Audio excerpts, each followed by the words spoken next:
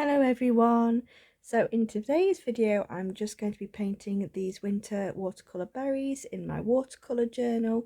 So this page is free, paper is 300 GSM in this sketchbook.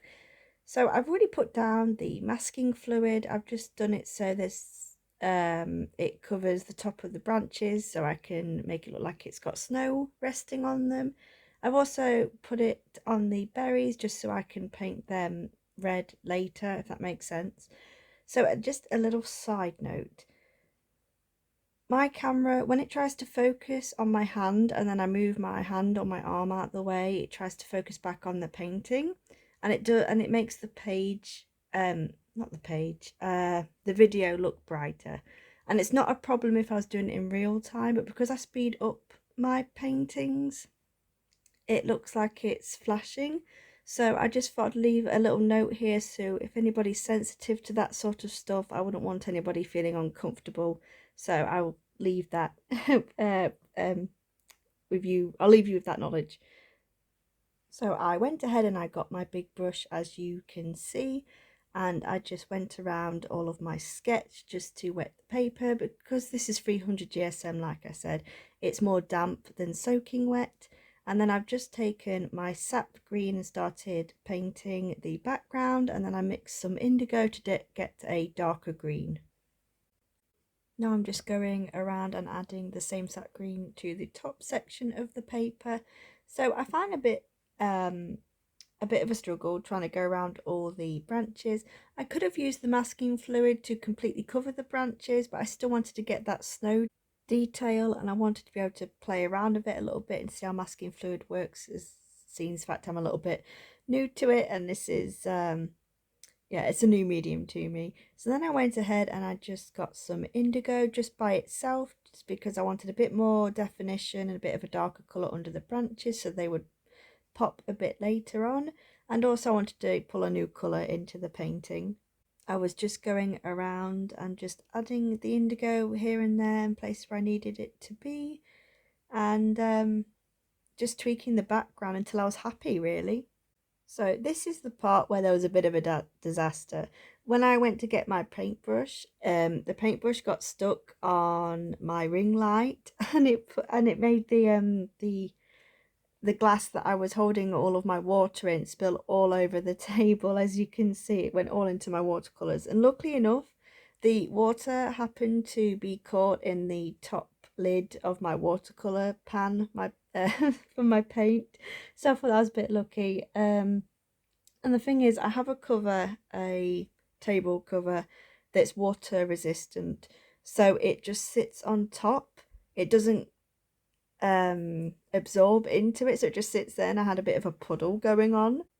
And I don't think my floors are completely level, because sometimes this is not the first time I've done this, actually. You would have thought I would have learnt.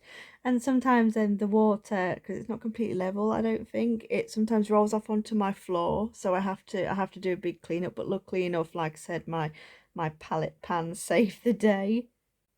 And as you can see, just while I was waiting and I was cleaning up that disaster, I did add a few bits of cadmium red into the background to make it look like there was some berries in the distance, just to get a bit more interest. And now I'm going ahead, and I believe I'm using Vandyke Brown to go ahead and start on the branches. So what I do is I do Vandyke Brown and I water it down, and then I paint the branches, and then I use an indigo and mix it in with the Vandyke Brown, and then while it's still wet, I don't wait for it to dry, while it's still wet I sort of paint a little bit under the branch and then let it go where it wants, just so it looks like a shadow or a deeper bit of colour. Yeah, so that's what I was doing here, and obviously the masking fluid was stopping any water colour getting on top. Now masking fluid, I assume you know how masking fluid works. Yeah, so that's me trying to explain that. And now I'm just going ahead and I'm just using the Vandyke Brown and the indigo mixture that I made just to do some little branches. Now, as you can see, these weren't actually sketched on, these were a spur of the moment. I just thought that I would like to add to give it a bit more interest, because I wanted some little branches in the background. So yeah, so I just went around, added them, until I was happy, really. I don't think I used too many. I don't know. I didn't want to go overboard because I didn't want to.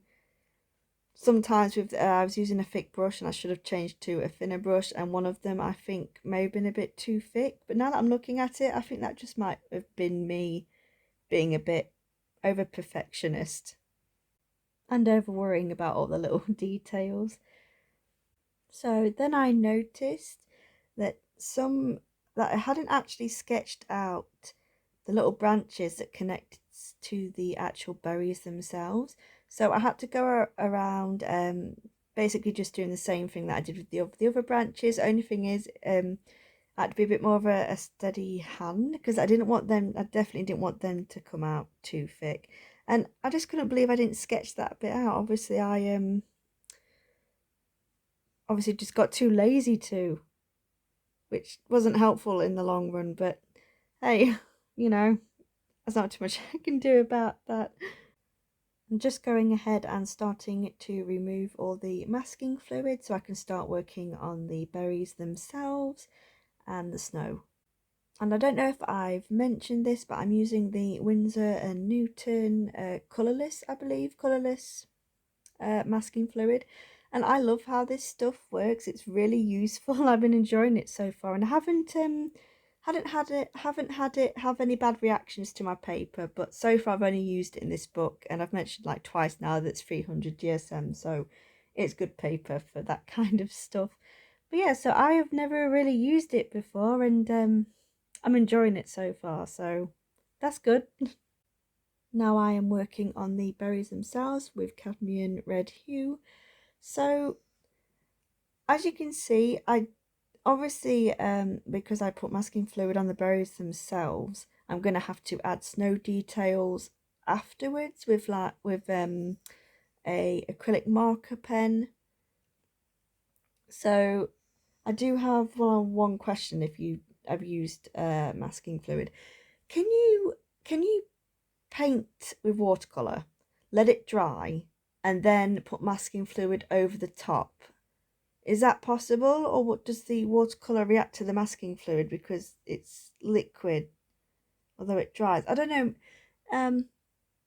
Maybe I should experiment doing that actually. But if you have the answer, please let me know and leave me a comment. So yeah, so I can figure that out. I assume it would work, but I haven't tried it yet.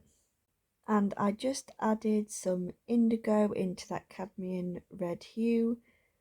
Yeah, Cadmium Red Hue. Yeah, the colour names. I'm getting used to the colour names now. So I added some indigo into that, and I'm just going to use it to put shadows in the berries.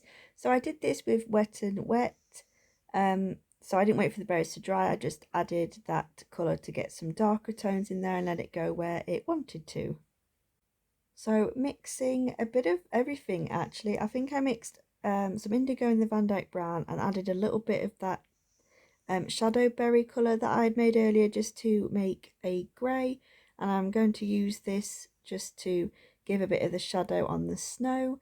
Now looking back at it, I think I could have just left it pure white without any shadow, and it comes across more striking, but at the time I just wanted to add that little bit of extra detail. And also, I don't know if you can hear him, but my dog is sleeping on me and snoring while I'm doing this voiceover. So if you hear anything in the background, it's because he's with me. He always seems to be with me when I'm doing a voiceover.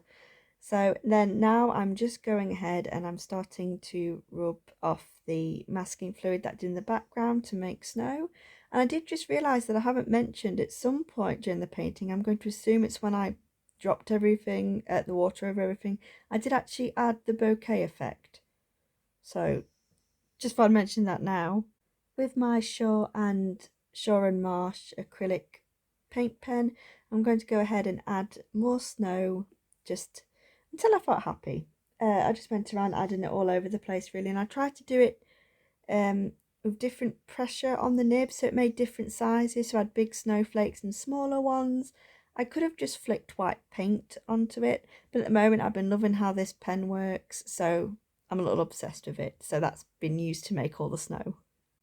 I will be now adding using that pen to add the snow to add that snow, add the snow on top of the, there you go, on top of the berries.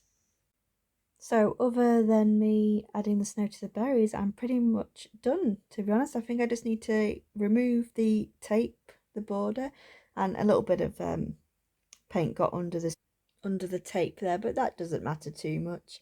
And then I think that's just about finished, really. I just need to show you a close-up of the painting so you can see all the little details, and then that's me pretty much finished. So feel free to leave a comment. I hope you enjoyed watching this process, and I hope my voiceover, wasn't irritating. Anyway, I'll leave you there. Bye!